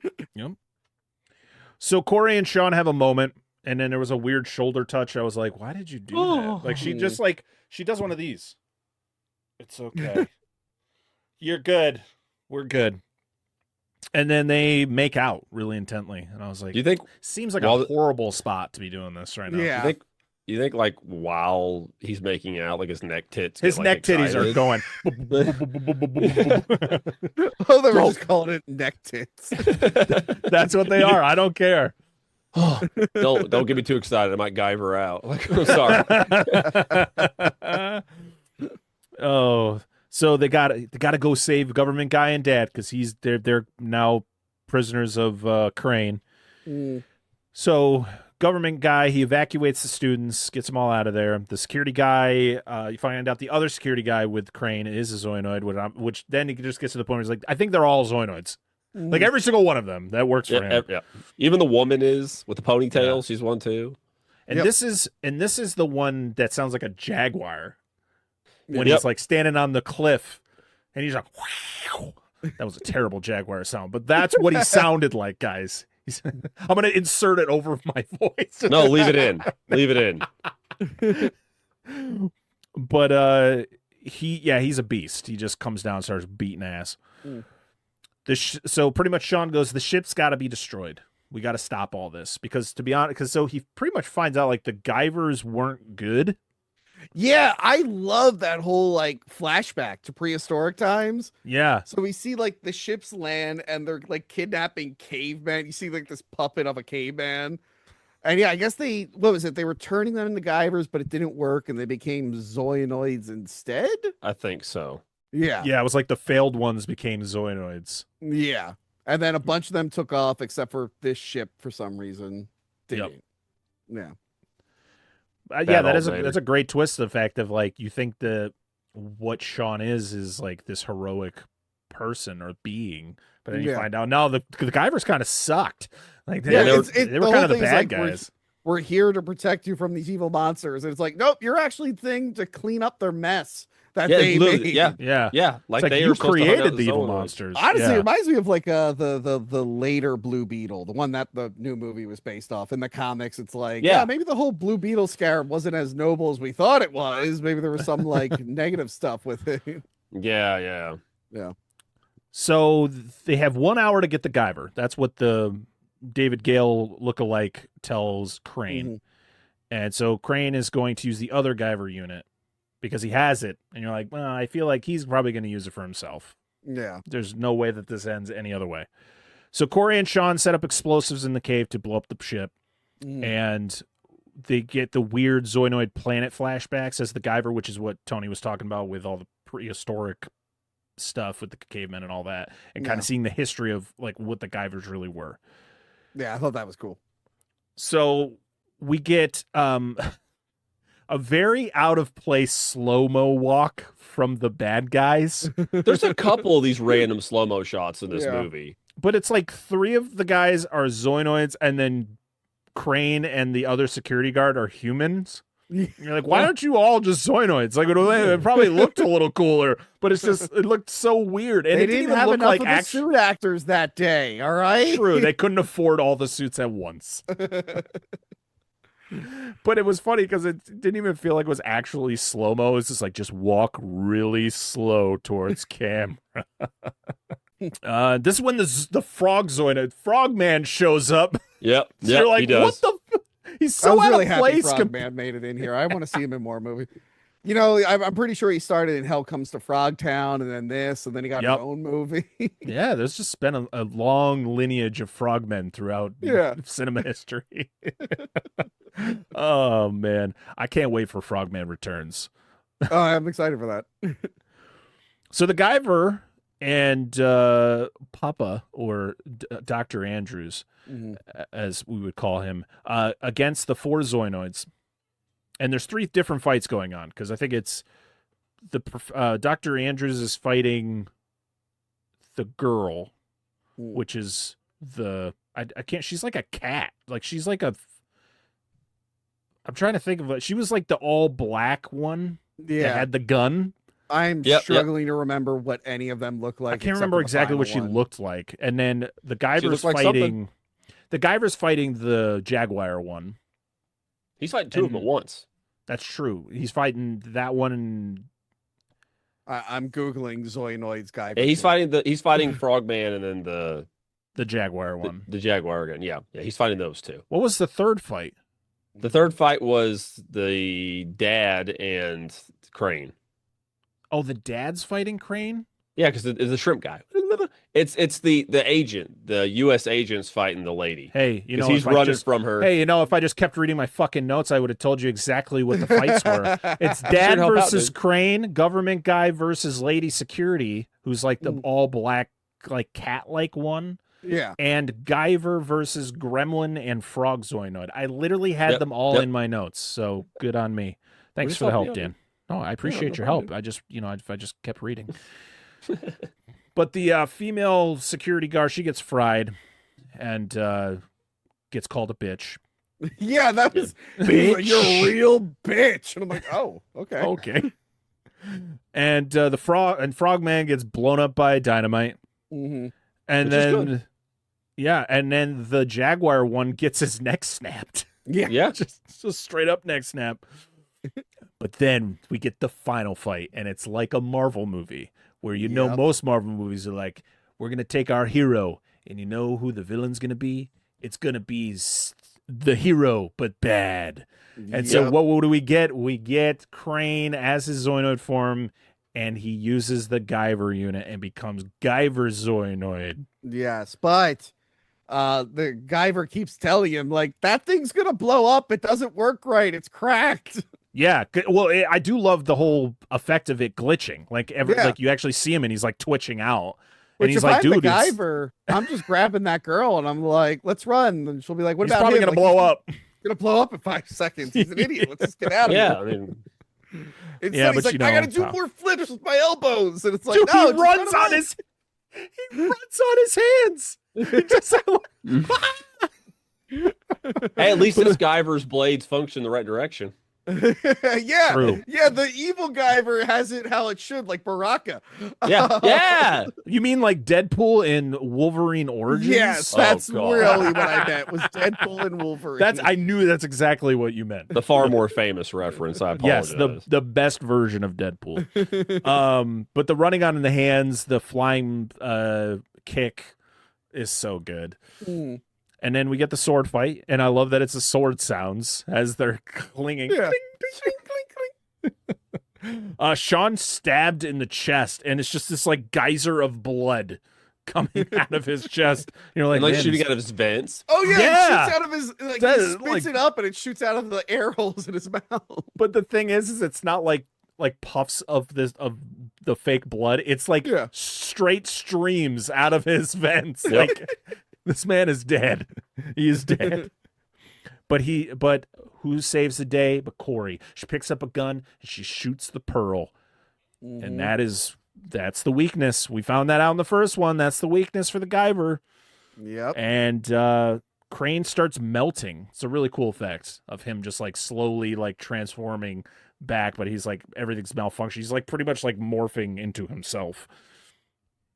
And and also Sean rips the unit right out of his head. Yep. And he of course has to have a one-liner. He's like, "This unit's been recalled." Yeah. Just, like broke it in his hand. And then he does a chest blast to finish him off. Yep. Gives a good old breast fire. I was like, wow, I just watched a TV show where this exact thing happened to the bad guy. I won't spoil anything. And then the bad guy goes, "I'll suck your dick. I'll eat your shit." on TV.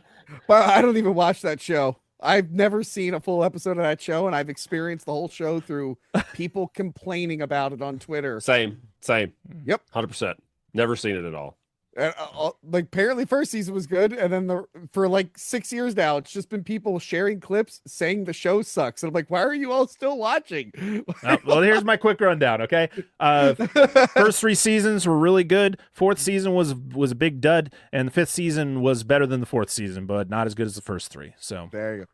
And the conclusion was kind of what I wanted. And of course, we're talking about Euphoria. But anyway, let's get back Yes, to this. that show. Yeah, What the 100%, fuck is yep. that show? Never mind. I digress. Does anybody shoot lasers out of their tits in that show? They should. They might as well. I I'd just watch see it. that's a show I'm seeing clips all over the internet. I'm like, Yeah, I don't same. know what the fuck this is anymore. Thought this was about like people trying to get over drugs Yeah. and parties and sex, and now it's like I don't know, Sydney Sweeney dressing up as a dog and barking. I am very confused. saw a clip where the big Russian guy like throws it through a table. I'm like, what just happened with this? What is going on? So my biggest concern out of all this is that if this sees the light of day, and I mentioned it earlier, Sydney Sweeney is one of the main cast members for the live action Gundam movie. Yeah. And I'm like, she's got to be naked as fuck in this movie, right? Like, it doesn't make sense. I'm but just she's excited for Gundam now. I don't think I've cared about a Gundam thing since I was 9, but they got me. There you go, dude. They got Absolutely. me back. You hooked me. Isn't she supposed to be in the Barbarella remake? I don't know what happened with that. Well, Edgar Wright's supposed to be making that, and he might be in director's jail after Running Man, so we'll see what happens. Ooh. Which is stupid, but whatever. Yeah. Has your brother in it, right? My good friend and twin brother, Glenn Powell. Identical twin brother. Spy Kids 3, Glenn Powell, for anyone. Best of the Spy Kids. That's where everyone should know him from. Yeah, I've never seen it, but I already and The Dark Knight Rises, of course. Which, no joke, I never knew he was in that movie. I didn't know he was that guy because who fuck was Glenn Powell at that time? Hey, he's tied to the Them remake. He is. I'm very excited. And one of the Texas Chainsaw reboots they're doing. I think they're doing a show and a movie. Oh, yeah. All right, well, we're right here. We're at the end. Sean sends the ship home with his Guyver pearl. He pretty much like uses his power to send it away. And the CGI ship flies away, and it doesn't look great, but you know what? It's 1994, and I'm not going to be as judgmental about it. It looks better than the spaceship in Leprechaun 4. I'll give it that. Yeah, it does. Yeah, it does. Go back and listen to our Leprechaun 4 episode with official Joey C, because boy, do we talk about that. but I think we'd all agree Leprechaun 4 is a much better film than this. Leprechaun 4 is a better film than most films. I think we all agree it was just the spaceship holding that one back. I'm glad. Listen, I wasn't around for that episode because we were dead and we completely missed it. But I watched it, went back. Those actors looked they had way too much fun making that movie. It was so funny. That was a great Listen, Tony's gonna find out we have an award named after one of the actors in Leprechaun 4. So fuck. Oh, okay. Nice. Yeah, there we go. But yeah, so Sean gets the girl, and happily ever after, the end. That is the end of Guyver, the Dark Hero. Yeah, and there's a whole thing at the end. I forgot where he's just like, I was just a weapon. And they're like, no, you never had their destiny. You make your own destiny. Something we've seen a million times. All right, Paul. So I think it's time we, made a trailer. Do we have to? Like, people keep asking, so we're gonna deliver. Well, what are we supposed to do in this damn trailer? We're just gonna talk about shit we do here. We theme our months, right? Like, what do we? I mean, I know we've done stuff like musicals and animation month and creature features, all sorts of stuff, but is that what you're talking about? Yeah, it's something kind of like that. That I'm probably going to sit there and tell people, we're on all social medias. We're on the Facebook, Instagram, Twitter, and TikTok, and it's all under Flicks and Friends podcast. Yeah, I guess so, if they're not tired of hearing that by now. Yeah. So, but yeah, that'll work. Should we press record? Yeah, let's press record right now. Well, now it's time to go around the room and share our final thoughts on the movie and give it our Dissect That Film rating. Yes, we have a rating system now, Tony, where we have 3 different ratings. We rated on a scale of the best being the seal of approval, which is, and it's not based on how good the movie is, it's what you feel about the movie. So the highest rating is seal of approval. The middle tier is it's a movie. Like it's fun, it's fine, as you would say, fine and fun. And then if you think it's a piece of shit, it's trash. It's just straight up trash. So Tony, what are your final thoughts on Guyver Dark Hero? Okay, well, had great action, had great suit effects. Again, the whole thing where I was designed to be a monster and I'm choosing to now be a good guy. I think we can all agree Iron Giant ripped this off and they should apologize. Yes. Pretty much just the same story if you think about it. Okay, if you saw the first movie and you enjoyed it, then I would give this the seal of approval. If you didn't see the movie, I'd say it's just a movie. It's definitely not bad, but like you'd be kind of confused if you just jumped right into this one. But what do you feel, Tony? How do you feel? As someone who watched the first one, seal of approval.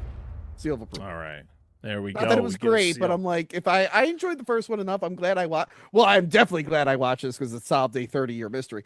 But no, I had a good time watching this. I don't know if I'll be revisiting it too much, but I can see what they were trying to do. It's a shame we didn't get a third movie. I think like they really would have knocked it out of the park with a third attempt. We just call it Kid Guyver. No, they probably would have fucked up and did something like that. Yeah, they would have. We're gonna go over to our Discord because we ask our wonderful patrons and people in the Discord their thoughts and what they would rate it at. So our first one is from Dustin, who says Dark Hero gets the seal of approval. It's honestly my favorite out of the two. The zoanoids look cooler. David Hayter was a great choice to replace Jack Armstrong, and Steve Wang is just showing off at this point. Mm-hmm. I can agree. Yeah. And you can check out B Action's episode on Guyver, Dark Hero. It came out. It's been out for a while, so check out those guys' opinion on that movie. Dan, Yes. your final thoughts on this one? Oh, well, God, I'm a stickler for run length, run time for movies, and this one fucking pooched it for me. Yeah. I think it was way too fucking long of a movie. I think it had a great start, like, because you get, like, where it's all dark, and he's taking out drug lords or whatever, and then, like, he's, like, kind of got PTSD about it. Then he goes on, like, a camping trip to Utah, and he's like, oh, aliens, and, like, sure, like, those elements would be cool if you worked it in and kept everything dark, but they made the movie too bright. It felt like it got kind of disjointed a little bit toward the end. As much as I love the suit designs, because I thought they were all great. I thought some of the fights just went way too fucking long. I'm like, This is what I wanted, dude. Like, I don't care if the other zoanoids kind of like tussle. I wanted like Guyver just to show up, and I hate using this analogy for this, but people know. I just want him to come in and fucking Bill Goldberg the room. Like, just walk in and just Superman overpowered, just start fucking bitches left and right until the final fight with the other Guyvers. So it's like, oh, like, you know, because it's kind of like equal footing. Since that suit's designed to kill zoanoids, you would assume it would probably overpower most of them. But that's just a small quirk, and then you could have made the movie like an hour and a half. Yeah. But I love David Hayter because of his lineage on everything else and what he's all done. But at the end of it, I think it's just a movie. I think its biggest fault is it just goes way too fucking long. Yeah. Most of the other stuff's kind of inoffensive. It's just like whatever. It's a cheap action movie, and most of the characters you don't give a shit about, and the monsters are sweet, and the fights are fun. So, yeah. All right. Well, we have 2 seals and 1 It's a Movie. Spicy Dan over on the Discord says, I watched this movie so many times on Sci-Fi Channel. It's so much fun, and the better of the 2 movies. Seal of approval! Ooh. For me, I enjoyed this movie. Of course, I'm a stickler for, I love practical effects. I love practical suit effects. I love the fact that at times this movie felt like I was watching Power Rangers, and I loved the original Power Rangers growing up, and I just love that like style of fighting, and everything is just so prolonged and in my eyes, it's goofy. But I think I have the same similar complaints to you, Dan, where like the runtime, you feel it. Like you really feel that this movie is 2 hours long, and it didn't need to be, because there is just not enough interesting characters in this movie to keep. I feel like you could have just did little things like you could have just trimmed the existing scenes down just a little bit. Yeah, without losing much, or give us more fight scenes. Give us more fight scenes and give us less dialogue between character. Like, I mean, David Hayter as Sean, I think David Hayter is a better Sean than Jack Armstrong from the first one. I think Jack Armstrong was one of the weakest points of the first Guyver, because to be honest, I like the first. I'm probably going to be one of the few that actually likes the first one more, because I like Mark Hamill. I like David Gale. Like, David Gale's a creepy ass guy. Yeah, the first one had a way better cast. Great villain, and Mark Hamill just, kind of being there, and his transformation, and of course, I actually like the zoanoids better in the first one. Like, it just had, I don't know, it had better, to me, it had better characters. This one was still fun, but that runtime is really a kicker.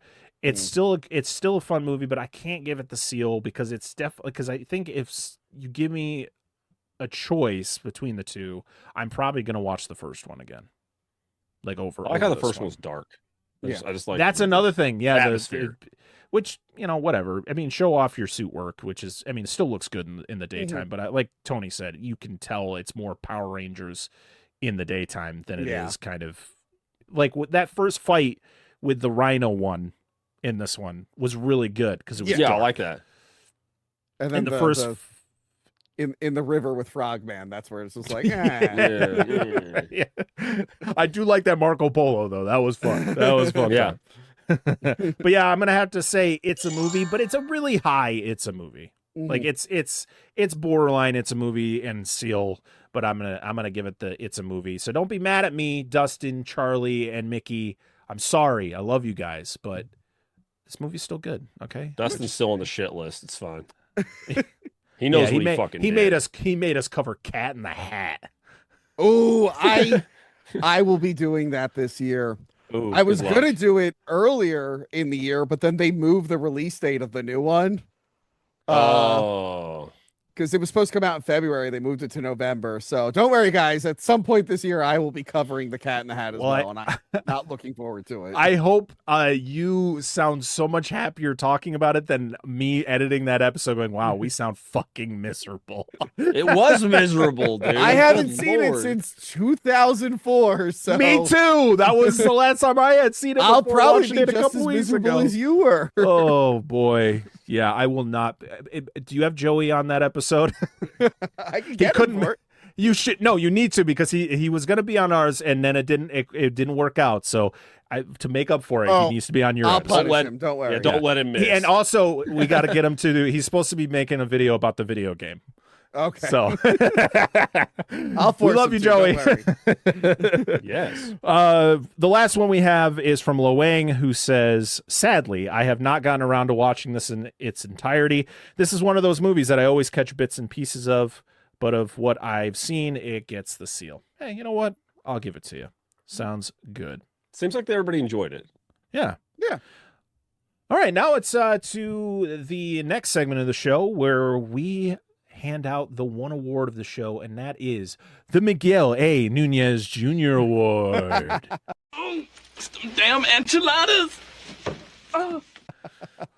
So this award goes to pretty much the best supporting character. It doesn't have to be like the best, like full-on supporting. It can be literally a person who shows up for like 30 seconds, but if you thought that dude did something cool, you can give him the award. So, Tony, who is your nominee for the Miguel? Wait, so it has to just be supporting? It's a supporting character. It cannot be the Guyver. It can't be Sean. It can't. I'm gonna say Sean and Corey need to be exempt. I think those are the two main characters. Very specifically, the bad guy, but only when he's in Snake Man form. That's my award. That's the award I'm going for. So Zoanoid Crane is your nominee. Okay. Yes, because he was expressing, he was emoting more, he was laughing a lot. I'm giving him the award. All right. So we got Crane Zoanoid. All right. Over on the Discord, we got our first one is from our Monster Zone co-host Mickey. Mikey. Jesus, I'm gonna get their names mixed up. Sorry, Mikey. I want to cast a vote for the Zoanoid that sounds like a jaguar with its nuts in a vice. You know the one. Yeah, we know the one. We're just gonna call him the Jaguar Zoanoid. Solid choice. All right, Dan. Hey. I got a good vote. I don't remember the guy's name. I think I got it, but mine's also going to be for a Zoanoid. It's Zoanoid. I think it's Volker. It's the Rhino dude. Oh, Because because he was in two big fights in the movie, and I think he was just, I don't know. I just looked like it was a great suit fight. Yeah. No, I agree. Oh, wait. Only in Rhino form, right? Only in Rhino form. Only in Rhino I don't give a fuck form. about him with this fucking security hat, flipping it back and forth 40 times. Yeah, that's why I'm specifically putting Zoanoid after everybody, okay? Because that's what we're talking about. Dustin says, I second the Jaguar Zoanoid. So second the nuts. So we got 2 for Jaguar. I'm going to give it to the Rhino one. I actually liked it because the best fight of the movie, other than the final fight with the Guyver Zoanoid, which is Crane, is this Rhino fight. And I just think it looks cool. The one at night. Yeah, that's good. Yeah. I mean, he gets freaking destroyed in the second fight, but yeah, this first fight's really good, so he's going to get my vote. So we got 2 for Rhino, 2 for Jaguar, 1 for Crane. Yep. But guess what? I think we got a winner, guys, because people are just throwing out the Jaguar zoanoid. We got 2 more from Nobody watched this fucking movie. Dan and from well, we know Mikey's seen this movie. Mikey has seen every movie.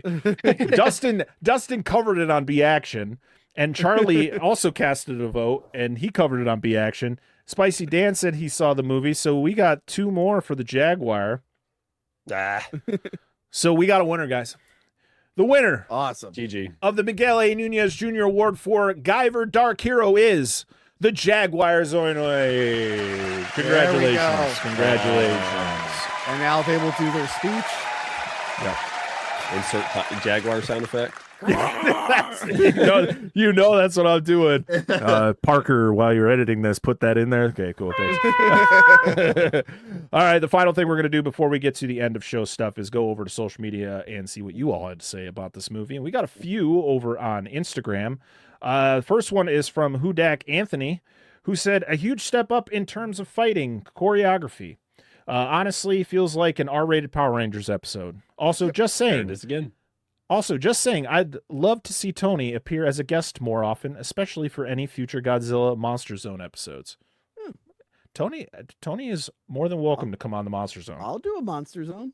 Hey, listen, we also have an equally weird award on that. That one time, a fucking talking fish on the wall won the award.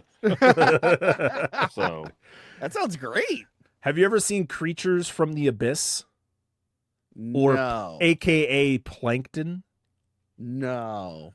Ask Joe for Movie Dumpster. He knows that movie. Okay, yeah, that seems like a movie he would know. It's a rapey fish movie. Oh, good. Yeah. Oh, yeah. Big Bad Wolf A84 says, vast improvement over the first film, which I also enjoyed. The fights are so sick, and this is where we get the famous Guyver kick, which predates the Goika kick from the Undisputed movies. Well, hold on, time out. If we're going to bring up the kick again, I'm not going to let this die, because I didn't bring it up. It doesn't, it's all taken from Kamen Rider. It's taken from Rider kick. Was it early 70s, 73?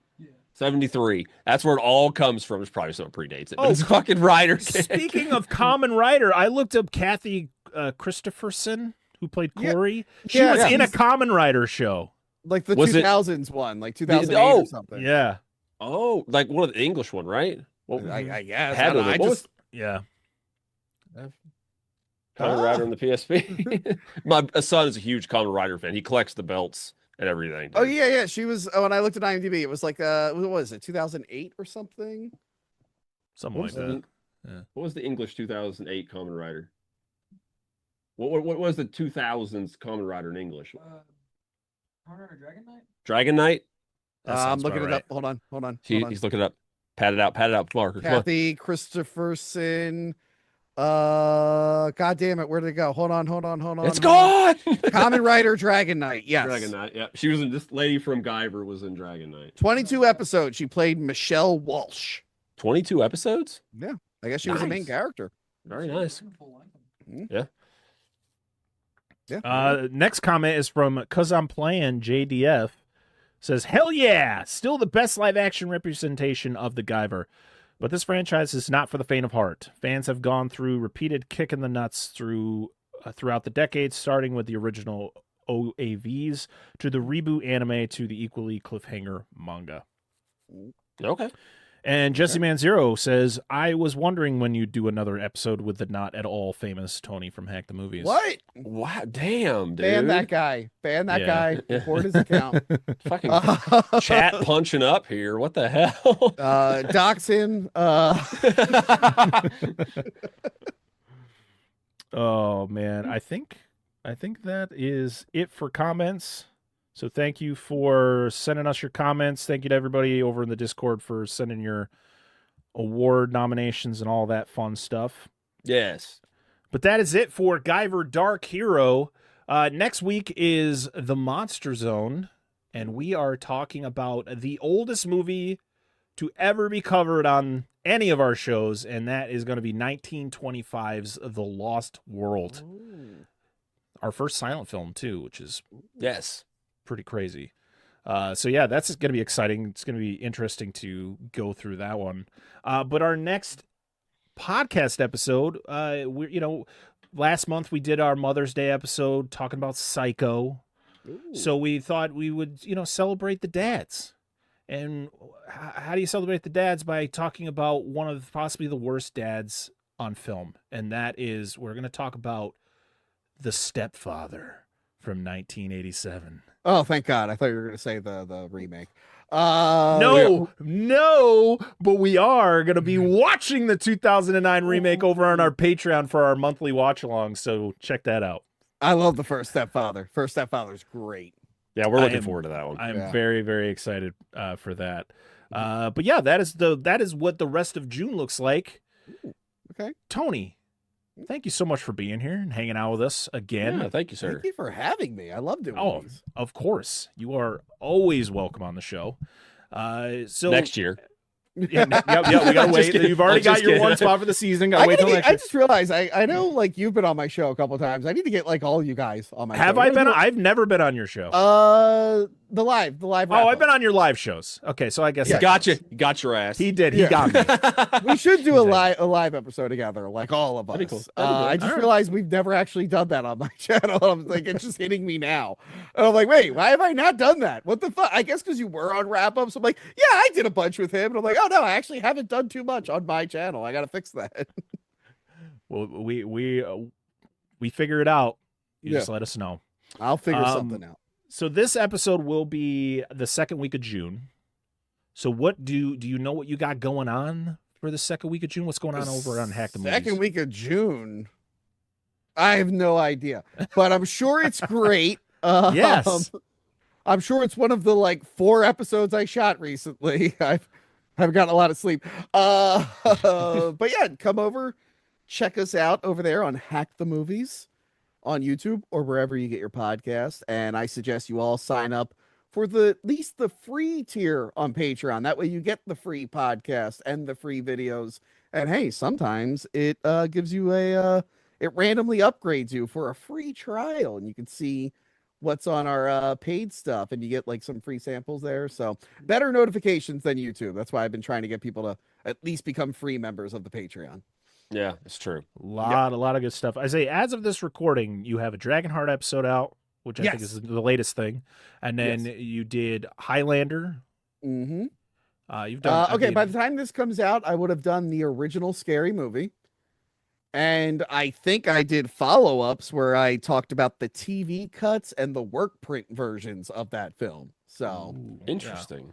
I mean, I hope I did that, or else I'm going to sound like a real asshole right now. But I'm planning, at the time of this recording, I'm planning on doing that.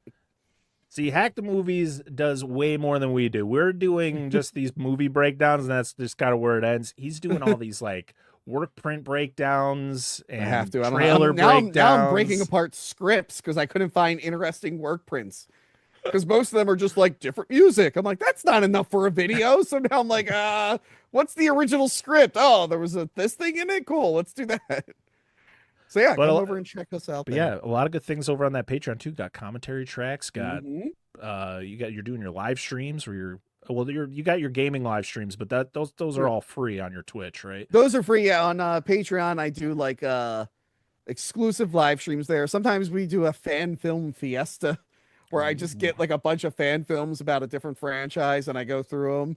I think the last one I did was AI slop Star Wars fan films. Oh God, my God. They were so bad. That's awful. And then the last live stream I did, I watched the entire Backrooms playlist because I wanted to be informed for the movie. That was a nice 3-hour long live stream. I did the whole thing in one go.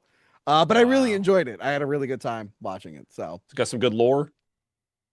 Yeah, it's just confusing enough that I like. And again, it's made by like a teenager, so he probably doesn't even know what the fuck any of it means.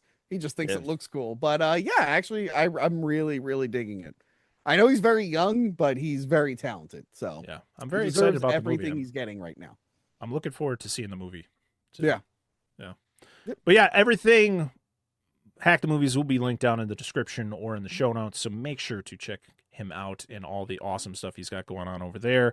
As for us, you know where to find us. Go to our link tree. It's got all the links to all of our social medias, to our YouTube channel, which you can see the video versions of us as we're talking about Guyver, Dark Hero, and more. And we have a merch shop over on TeePublic where we have our new logos, our old logos, our Monster Zone logos. You can get merch for all the different things that we're doing. And of course, we have Patreon, patreon.com/dissectthatfilm, where for a single $1, you get uncut versions of the episodes up to a week before they're released. Whoa. We have once a month watch-alongs. Yes, for $1, you can hang out with us for our monthly movie watch-alongs. And you get to participate in polls that I randomly throw up whenever we decide to let you guys choose the movies that we watch, like 2003's Cat in the Hat. Yeah, a lot of fun stuff over there. And then, of course, if you join the Mark Wahlberg Book Club tier, which is at the $3 tier, we're going to be bringing back Out of the Tubi, which is going to be our once-a-month kind of review show. It's going to be very similar to this show, but we talk about probably terrible movies that we find over on Tubi that are related to whatever we're talking about on the show. Does Tubi have a random button? I wish it did. I really wish it did. There's got to be a Tubi generator that you could find. It's probably not related to Tubi, but it'll figure it out for you. But yeah, go check all that stuff out. We appreciate all your support. Lastly, I want to thank our wonderful patrons over on Patreon. We have Dustin Elkins, Rudy5453, Bucket of Chum, the Shark Movie Podcast, Corey Morissette, Daniel Collins, Jordan Champion, Lo Wang, our brand new patron, Kate, Doom Generation, Angela, Dissect That Dan, The Baron's Hideout Podcast, Eric Stein, Robert Stewart, Jason, Anna Presley, Lone Wolf, Erica Folder, and Lucha Steve. Oh, I love Lucha Steve. We love Lucha Steve. And thank you to everybody else who supports us, because without you, this would have been over a long time ago. I just want you to know that. All right. Until next time, I am Brett Parker. That is Dan from DNA Gaming, and that is the very famous Tony from Hack the Movies. This has been episode 236 of the Dissect That Film Podcast. We'll see y'all again on the next one. Bye. Yeah. Guyver! Guyver! Guyver! Guyver. Bye.